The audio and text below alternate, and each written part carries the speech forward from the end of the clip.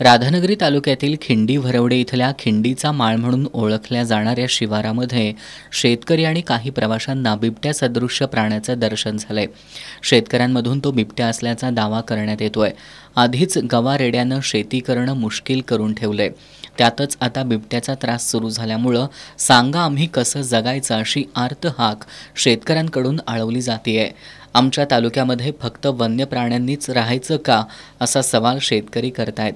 या बिबट्याला पकडून त्याला त्याच्या अधिवासात सोडावं अशी मागणी ग्रामस्थ आणि शेतकऱ्यांनी केली आहे।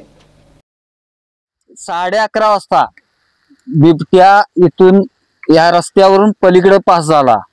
वन खात्याला आम्ही कळवलंय, पण आम्ही म्हणजे गव्याने आम्हाला त्रास दिलायच।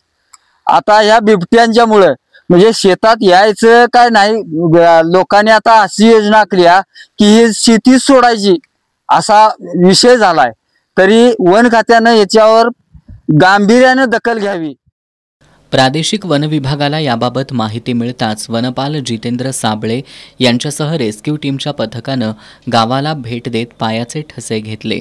ठशांची पाहणी केल्यानंतर तो बिबट्या सदृश्य प्राणी असल्याचं प्रादेशिक वन विभागाकडून सांगण्यात आलं। याबाबत गावामध्ये जनजागृती करत या प्राण्याचा शोध वन विभागानं सुरू ठेवलाय। खिंडीवरडे गावातील खिंडीचा माळ या शेतामध्ये शेतकऱ्यांना बिबट्या सदृश्य प्राण्याचे दर्शन झाले होते। याची माहिती आम्हाला वन विभागाला मिळाल्यानंतर आम्ही प्रत्यक्ष जागेवर येऊन पाहणी केली, तर बिबट्या सदृश्य वन्य प्राण्याचे पायाचे ठसे आम्हाला दिसून आले। तरी आम्ही आज वन विभागामार्फत गावातील लोकांना आवाहन करतो की ग्रामस्थांना आवाहन करतो की असा कोणताही वन्य प्राणी निदर्शनास आलेस घाबरून न जाता आम्हाला त्याची कल्पना द्या, आम्ही याबाबत उपाययोजना करण्याची दक्षता घेत आहोत।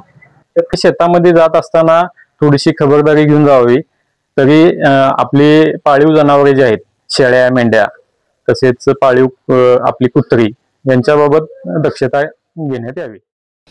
पायांच्या ठशावरून तो प्राणी बिबट्या सदृश्य प्राणी असल्याचं दिसत असलं तरी तो बिबट्या असल्याचं स्पष्ट झालेलं नाही असं वन विभागाकडून सांगण्यात आलंय।